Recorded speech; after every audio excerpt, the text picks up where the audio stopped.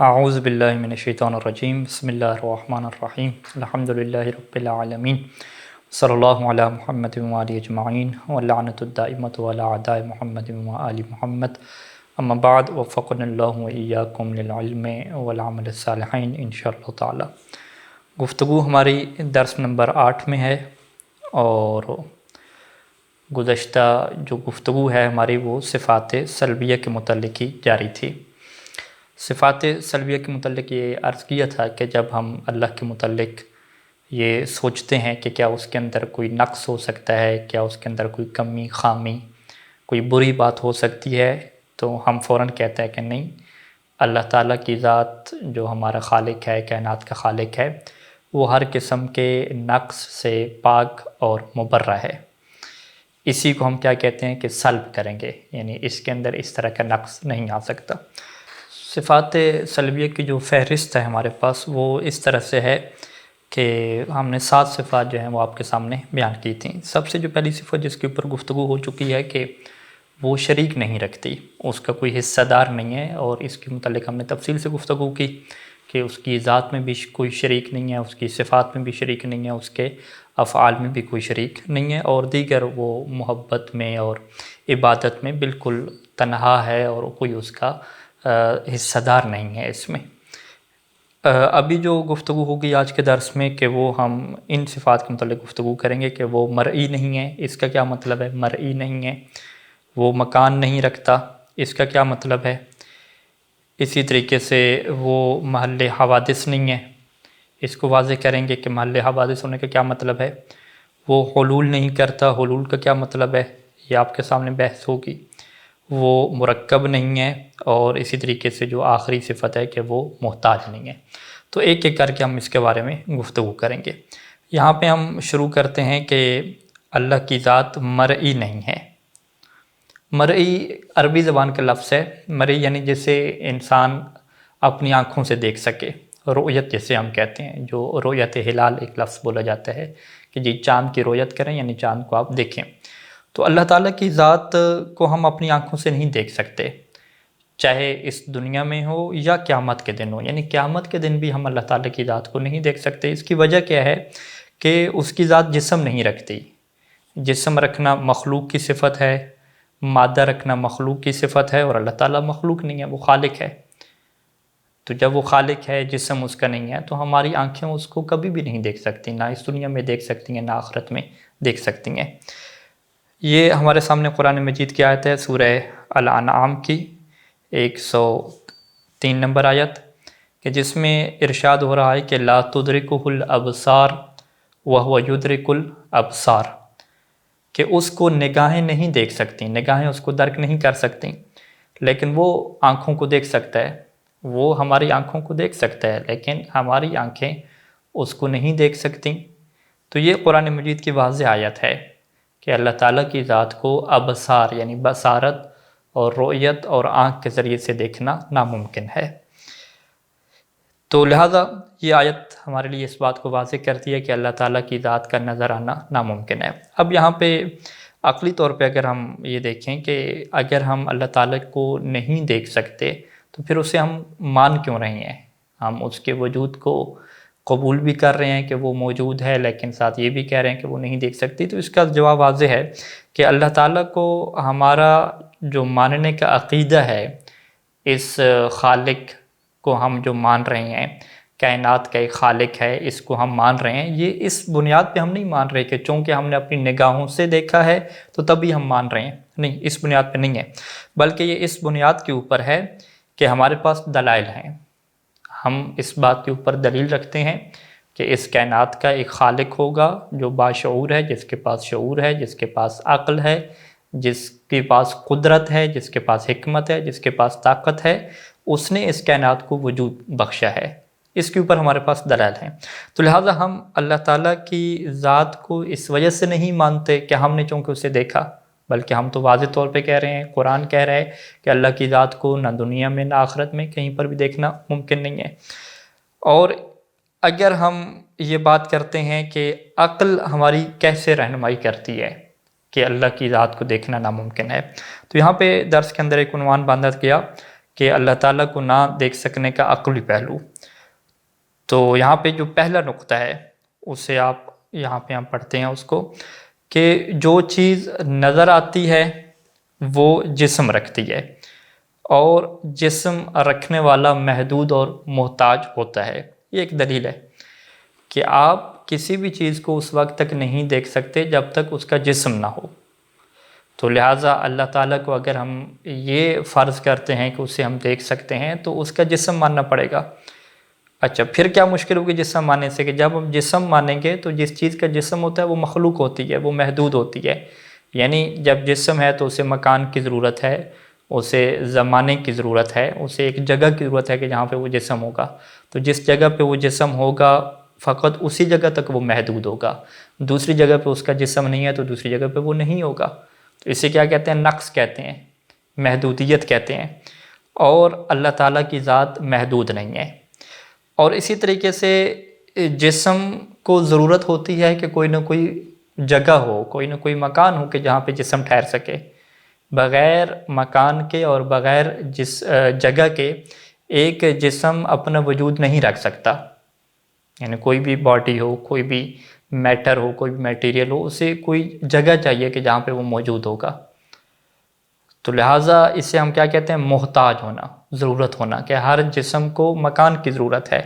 تو اگر ہم اللہ تعالیٰ کو جسم سمجھتے ہیں تو پھر اسے محتاج ماننا پڑے گا کہ وہ محتاج ہے، جبکہ ہم یہ بات ثابت کر چکے ہیں کہ اللہ تعالیٰ کی ذات محتاج نہیں ہے، اس کے اندر احتیاج نہیں ہے، وہ غنی مطلق ہے، اس کو کسی چیز کی ضرورت نہیں ہے، اس کو جگہ کی ضرورت بھی نہیں ہے۔ تو لہٰذا یہ پہلی عقلی بنیادی طور پہ دلیل ہو گئی کہ جسم رکھنا ضروری ہے تب ہمیں نظر آ سکے گا، اور جسم جب ہم مانیں گے تو اس کی ذات محدود ہو جائے گی، اور جب محدود ہو جاتی ہے تو اس کو ہم خالق نہیں کہہ سکتے، خالق کبھی محدود نہیں ہوتا۔ اسی طریقے سے وہ ذات محتاج ہو جائے گی، اور جو محتاج ہوتی ہے وہ بھی خالق نہیں ہوا کرتی۔ اور دوسرا جو نقطہ ہے اسی کے اندر، وہ بھی مزید آپ کے لیے واضح کرے گا کہ اللہ تعالیٰ کی ذات بے نیاز اور لامحدود ہے۔ اللہ تعالیٰ کی ذات کی کوئی حد بندی نہیں ہے، لامحدود ہے۔ ہم اسے نہیں کہہ سکتے کہ اس جگہ پہ اللہ ہے اور اس جگہ پہ اللہ نہیں ہے۔ ہم یہ نہیں کہہ سکتے کہ اللہ تعالیٰ کی جو ذات ہے اس کو اس جگہ پہ رہنے کی ضرورت ہے اور دوسری جگہ پہ ضرورت ختم ہو گئی ہے، دوسری جگہ پہ وہ ہو ہی نہیں سکتا، نہیں۔ لہذا اس سے ثابت کیا ہوتا ہے کہ جب ہم اللہ کی ذات کو بے نیاز مانیں گے کہ اس کو کسی چیز کی ضرورت نہیں ہے، اور ہم لامحدود مانیں گے، تو پھر ہمیں اس کو جسم سے نکالنا پڑے گا۔ یعنی یہ پہلے نقطے کو آپ الٹ کر کے سوچیں، دیگر زاویے سے سوچیں۔ پہلے ہم سوچ رہے تھے کہ اس کا جسم ہے تو محدود ہو گیا، اب آپ اس کو الٹ کر کے سوچیں دوسرے نقطے میں کہ اگر ہم اس کی ذات کو لامحدود مانتے ہیں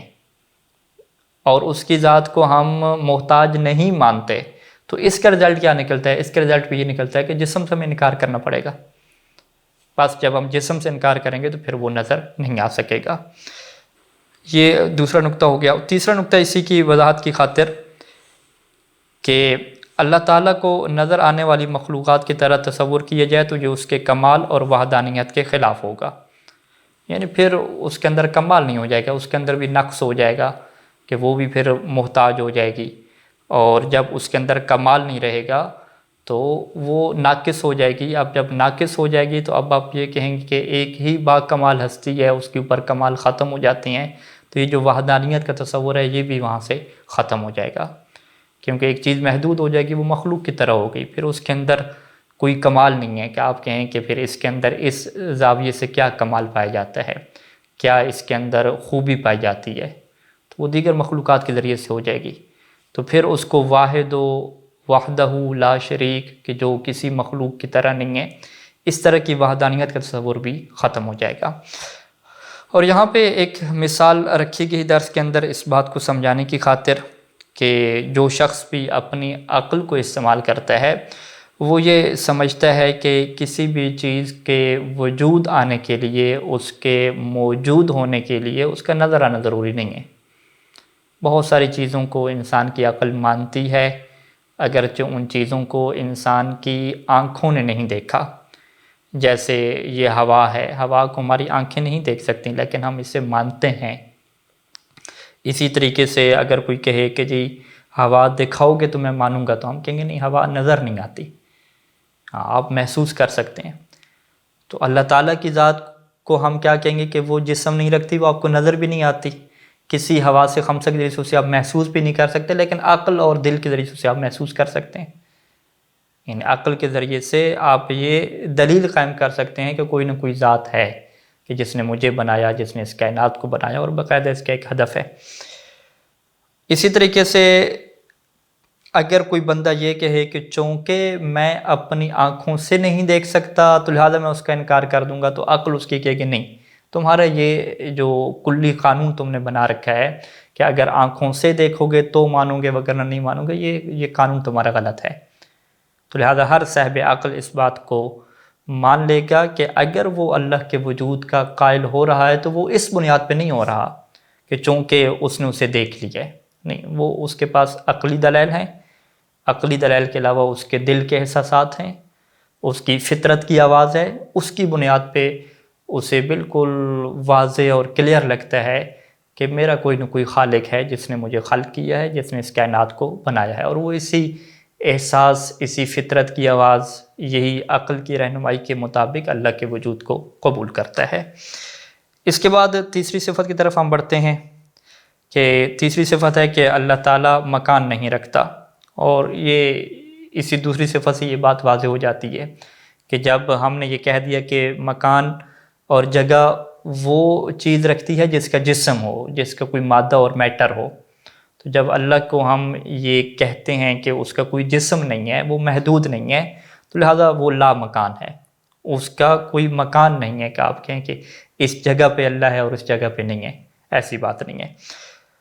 یعنی کچھ لوگ کہتے ہیں کہ جی اللہ آسمانوں میں ہے، نہیں، یہ بات بھی درست نہیں ہے۔ قرآن مجید میں یہ آیت آپ دیکھیے گے سورہ زخرف کی، وَهُوَ الَّذِي فِي السَّمَاءِ إِلَٰهٌ وَفِي الْأَرْضِ إِلَٰهٌ، کہ وہ ذات ہے کہ جو آسمانوں میں بھی الہ ہے اور زمین میں بھی الہ ہے، ہر جگہ پہ الہ ہے۔ وہ الہ کا ایک ترجمہ معبود سے کیا جاتا ہے، جو اس بات کو بتلانے کے لیے، وگرنہ الہ کیا ہے، اس ذات کا نام ہے کہ وہ ذات جسے ہم اللہ کہتے ہیں۔ یعنی اگر اس کا ہم دقیق آیت کا ترجمہ کریں کہ آسمانوں میں بھی وہ اللہ ہے اور زمینوں میں بھی وہی اللہ ہے، ہر جگہ پہ کیا ہے، اللہ ہے۔ جیسے قرآن مجید کی اگلی آیت اس کو مزید واضح کرتی ہے، سورہ الحدید،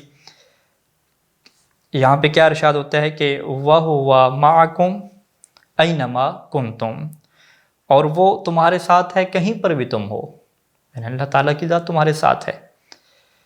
تو لہٰذا ہم یہ نہیں کہہ سکتے کہ اللہ تعالیٰ کی ذات ایک مکان پہ ہے اور ایک مکان پہ نہیں ہے، اللہ تعالیٰ کی ذات ہر جگہ پہ ہے۔ اب یہاں پہ کتاب کے اندر اس نقطے کو واضح کیا گیا کہ یہ جو ہم کہتے ہیں کہ اللہ تعالیٰ کی ہر جگہ موجودگی ہے اور ہر جگہ پہ وہ موجود ہے، تو اس کی کیا وضاحت ہے، اس کا کیا مطلب ہے؟ اللہ تعالیٰ کی ہر جگہ موجودگی کا یہ مطلب نہیں ہے کہ وہ جسمانی طور پر ہر جگہ پہ موجود ہے، بلکہ اس کی علم، قدرت اور مشیت ہر جگہ پر محیط ہیں، اس کا ارادہ ہر جگہ پہ موجود ہے، اس کے علم ہر جگہ پہ موجود ہے، اس کی قدرت ہر جگہ پہ موجود ہے، ہر چیز اس کے قبضہ قدرت میں ہے، یہ اس کا مطلب ہے۔ اس کو ہم یہ نہیں کہہ سکتے کہ کیونکہ اس کی ذات جسم نہیں رکھتی، تو جسم کے بارے میں آپ یہ بحث کرتے ہیں کہ کہاں پہ اور کہاں پہ نہیں ہے، جو جسم نہیں رکھتی اس کے بارے میں آپ کیا کہیں گے کہ ہر چیز اس کے قبضہ قدرت میں ہے، کوئی چیز ایسی نہیں ہے کہ جو اس کے علم میں نہ ہو، کوئی چیز ایسی نہیں ہے کہ جو اس کے ارادے سے خالی ہو، جو اس کی مشیت سے خالی ہو، ہر چیز اسی جگہ پہ ہے۔ تو لہٰذا اگر ہم اس کی ذات کو کہتے ہیں کہ وہ ایک مکان کی محتاج ہے تو یہ نقص ہو جائے گا، اس نقص کو دور کرنا ضروری ہے۔ جب ہم دور کریں گے تو پھر وہ صفت سلبی کیا بنے گی کہ خالق کی ذات لا مکان ہے، اس کا کوئی مکان نہیں ہے کیونکہ اس کا کوئی جسم نہیں ہے۔ اچھا، اس کے بعد جو اگلی صفت ہے صفات سلبیہ میں سے کہ اللہ تعالیٰ کی ذات جو ہے محل حوادث نہیں ہے۔ حوادث، حادثہ اردو میں بھی یہ استعمال ہوتا ہے، یعنی کوئی تبدیلی، ذات کے اندر چینجنگ آنی، ذات کے اندر تبدیلی آنی۔ یعنی ایک انسان ہے تو اس کی جسم میں بھی تبدیلیاں آنا شروع ہو جاتی ہیں، پہلے جوان تھا پھر بوڑھا ہو گیا۔ اسی طریقے سے اس کے مزاج میں تبدیلیاں ہوتی ہیں، کبھی خوش ہوتا ہے، کبھی پریشان ہوتا ہے، کبھی غصے میں ہوتا ہے، کبھی غصے میں نہیں ہوتا، یہ تبدیلیاں ہوتی ہیں۔ تو اللہ تعالیٰ کی ذات چونکہ جسم نہیں رکھتی اور اللہ تعالیٰ کی ذات چونکہ مخلوق کی طرح نہیں ہے، لہذا اس کی ذات میں ہم اس طرح کی کسی بھی تبدیلی کو ہم تصور نہیں کر سکتے۔ یعنی ہم یہ بھی نہیں کہہ سکتے کہ اللہ کی تعالیٰ کی ذات پہلے جوان تھی اب بوڑھی ہو گئی ہے، کیونکہ جوانی اور بڑھاپے کا تعلق انسان کے جسم کے ساتھ ہے، اس کا چونکہ جسم نہیں ہے تو لہذا یہ والی تبدیلی ہم نہیں کہہ سکتے۔ اسی طریقے سے ہم یہ بھی نہیں کہہ سکتے کہ اللہ کی ذات پریشان ہوتی ہے یا خوش ہوتی ہے، پریشانی خوشی بھی اس کے لیے استعمال نہیں کر سکتے، کیونکہ یہ انسانی جذبات کی باتیں، اور اللہ کے پاس کوئی اس طرح کے جذبات نہیں ہیں کہ جو مخلوق کے پاس ہوتے ہیں۔ اسی طریقے سے ہم یہ بھی نہیں کہہ سکتے کہ وہ ذات جو ہے وہ کبھی غصے میں آ جاتی ہے اور کبھی کیا ہے غصے میں نہیں ہوتی، محبت میں آ جاتی ہے، نہیں، یہ چیزیں ہم تصور نہیں کر سکتے، کیونکہ یہ جتنی تبدیلیاں ہیں یہ کسی ذات کے محدود اور اس کے نقص کو کیا بیان کرتی ہیں۔ یعنی انسان اپنے آپ کو جو ہے وہ بڑا محدود سمجھتا ہے، وہ یہ سمجھتا ہے کہ میں ہمیشہ کے لیے خوش نہیں رہ سکتا، مجھے حالات لوگوں کے دیکھ کے، لوگوں کی برے حالات دیکھ کے، ان کی گمراہی دیکھ کے یا ان کی غربت دیکھ کے یا دیگر جو ظلم ہو رہے ہیں اس کی وجہ سے میرے دل پہ اثر ہوتا ہے، مجھے اس کی ٹینشن ہوتی ہے، پریشانی ہوتی ہے۔ اور جب میں کسی کو خوشی میں دیکھتا ہوں، کسی کو سہولت میں دیکھتا ہوں، مظلوم کو میں دیکھتا ہوں کہ مظلوم کو انصاف مل رہا ہے تو مجھے اس کی خوشی ہوتی ہے۔ اسی طریقے سے اپنے بارے میں بھی تو انسان یعنی چیزوں سے متاثر ہوتا ہے، چیزوں کی وجہ سے اس کی ذات کے اوپر اثر پڑتا ہے، لہذا انسان یہ چاہے بھی کہ میں اس چیز کا اثر قبول نہ کروں، میں ایک طرح سے لوں، تو وہ نہیں کر سکتا، کیونکہ وہ محدود ہے، بڑا وہ ناقص ہے۔ لیکن اللہ تعالیٰ کی نسبت سے ہم یہ چیزیں نہیں کہہ سکتے کہ اسے غصہ آ جاتا ہے، وہ پریشان ہو جاتا ہے، نہیں، یہ چیزیں اس کی ذات میں موجود نہیں ہیں، کیونکہ یہ ساری چیزیں نقص، احتیاج، محتاجی کی دلیل ہیں، اور اللہ تعالیٰ کی ذات ہر قسم کے نقص، ہر قسم کے عیب اور ہر قسم کی محدودیت سے پاک ہے، تو لہذا ان صفات، ان جذبات کا تعلق، ان تبدیلیوں کا تعلق اللہ تعالیٰ کی ذات سے کبھی بھی نہیں ہوگا۔ یہاں پہ ایک نقطہ ہے جس کی طرف توجہ ضروری ہے، اور جس کو کتاب میں یوں لکھا گیا کہ محبت اور غضب کی تشریح، یعنی قرآن مجید میں اللہ تعالیٰ کے غضبناک ہونے کو، اللہ تعالیٰ کے رحم کو بیان کیا گیا ہے کہ اللہ غضب بھی کرتا ہے، اللہ غضبناک ہو جاتا ہے، اللہ رحم بھی کرتا ہے۔ تو یہ ابھی ہم نے کیا کہا کہ اللہ کو غصہ نہیں آتا، تو یہ غضب کیا ہے؟ غضب اسی کو کہتے ہیں۔ ابھی ہم نے کیا کہا کہ اللہ کو خوشی ہو جائے، محبت ہو جائے، یہ چیزیں نہیں ہوتی، تو پھر جو قرآن مجید میں ہے کہ اللہ محبت کرتا ہے، توابین سے محبت کرتا ہے، جو زیادہ توبہ کرتے ہیں، تو یہ کیا چیز ہے؟ اس سے ہم کیا کہتے ہیں؟ اس کا جواب کیا ہے کہ یہ جو محبت کے اور غضبناک اور غصے کے الفاظ جو اللہ نے اپنے لیے استعمال کیے ہیں، یہ مجازی طور پہ ہیں، یہ حقیقی طور پہ نہیں ہیں۔ اس کا معنی وہ والا نہیں ہے کہ جو انسانوں کے لیے اس کا معنی کیا جاتا ہے، بلکہ اللہ کی محبت کا معنی کیا ہے کہ اللہ کسی سے محبت کرتا ہے، یعنی اللہ اس کو انعام دے گا، اللہ اس کو جنت دے گا، اللہ اس کو ثواب دے گا۔ اور اللہ کے غضب کا مطلب کیا ہے؟ یعنی اللہ اسے ثواب نہیں دے گا، اللہ اسے انعام نہیں دے گا، اللہ اسے سزا دے گا، یہ اس کا مطلب ہے۔ اللہ کسی سے پسند کرتا ہے، کسی سے محبت کرتا ہے، تو اللہ کے محبت کرنے کا کیا مطلب ہے؟ اللہ کے محبت کرنے کا مطلب یہ ہے کہ اللہ اس کو مزید انعام نوازے گا، انعام دینا چاہتا ہے۔ اور اللہ اس چیز سے نفرت کرتا ہے، اس بندے سے نفرت کرتا ہے، تو اس کا مطلب کیا ہوگا کہ اللہ اس کے اوپر عذاب نازل کرے گا، اس کو سزا دے گا۔ اسی طریقے سے اگر آپ کاموں کی نسبت سے آ جائیں کہ اللہ کو یہ بات پسند ہے، اللہ کو یہ بات پسند ہے کہ ایک انسان دوسرے انسان کے لیے صدقہ کرے، ایک انسان دوسرے انسان کی مدد کرے، اللہ کو یہ بات پسند ہے۔ پسند ہونے کا کیا مطلب ہوگا؟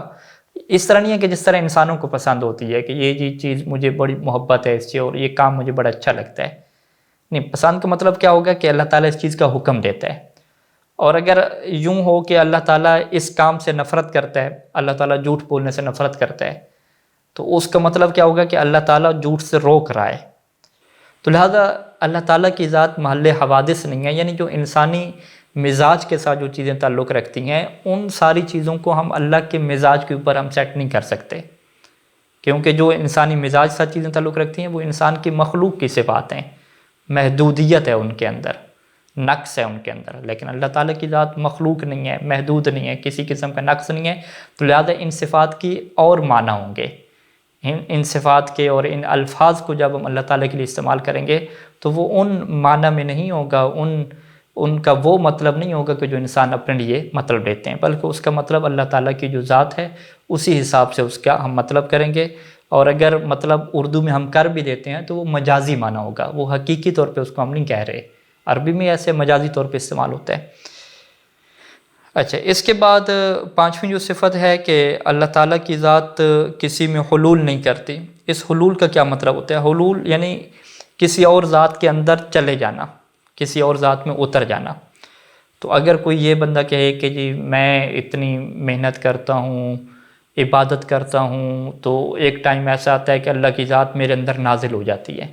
یعنی اللہ کی ذات میرے اندر حلول کر جاتی ہے، میرے اندر اتر جاتی ہے۔ بعض صوفیاء ایسی سوچ رکھتے تھے کہ وہ کہتے تھے کہ اگر آپ اللہ اللہ کرتے رہیں، بالکل دنیا کو چھوڑ دیں، تو ایک ٹائم ایسا آتا ہے کہ اللہ پھر آپ کے اندر نازل ہونا شروع ہو جاتا ہے۔ تو یہ ایک فاسد عقیدہ ہے، اور اس کا مطلب کیا ہے کہ پھر ہم اللہ کی محدودیت کے قائل ہو رہے ہیں کہ وہ اس کے اندر نازل ہو گیا، پھر دوسری جگہ پہ اللہ رہا نہیں ہے،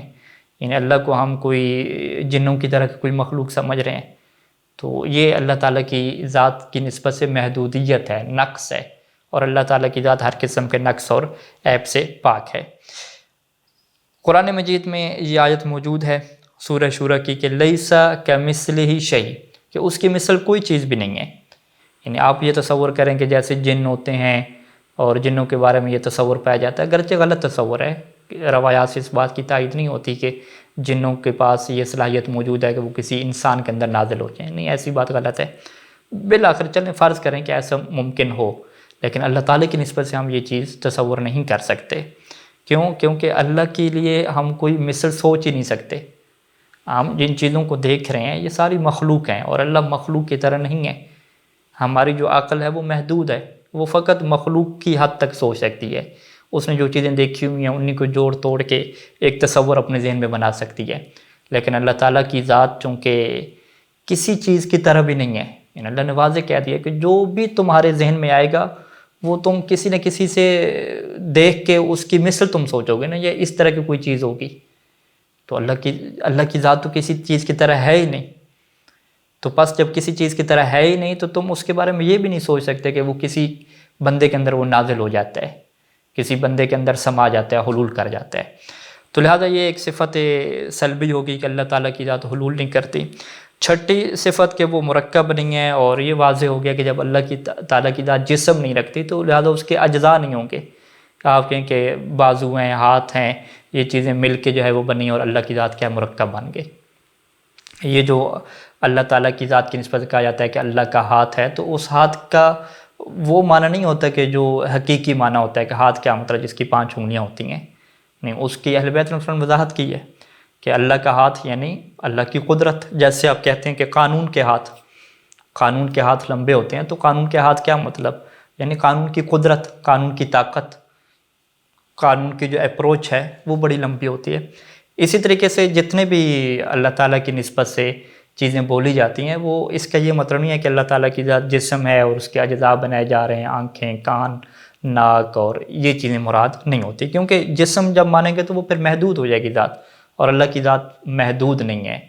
جسم کی قید میں نہیں ہے کہ ایک جگہ پہ جسم ہو دوسری جگہ پہ جسم نہ ہو۔ اسی طریقے سے جو آخری صفت ہے کہ اللہ تعالیٰ کی ذات محتاج نہیں ہے، کوئی بھی اس کے اندر احتیاج نہیں ہے، نہ اس کو مخلوق کی ضرورت ہے، نہ اسے جسم کی ضرورت ہے، نہ اسے مکان کی ضرورت ہے، نہ اسے کسی چیز کی ضرورت نہیں ہے، حتیٰ کہ اسے مخلوق کی عبادت کی ضرورت بھی نہیں ہے، اسے مخلوق کو خلق کرنے کی ضرورت بھی نہیں ہے کہ وہ مخلوق کو بنائے اور پھر وہ محتاج ہو جائے کہ میں ان کو بنا بیٹھا ہوں تو میں محتاج ہو گیا ہوں، نہیں، ایسا نہیں ہے۔ قرآن مجید میں واضح طور پہ آیت ہے سورہ آل عمران میں کہ ان اللہ غنی عن العالمین، عالمین یعنی سب جہانوں سے، اللہ تعالیٰ سب جہانوں سے بے نیاز ہے، اسے کسی کی بھی کوئی ضرورت اور احتیاج نہیں ہے۔ اللہ نے جو ہمارے لیے عبادت کا حکم دیا وہ ہمارے اپنے فائدے کے لیے ہے۔ اگر ہم عبادت نہیں کرتے، گناہ کی طرف چلے جاتے ہیں، تو اس میں اللہ کا کوئی نقصان نہیں ہے،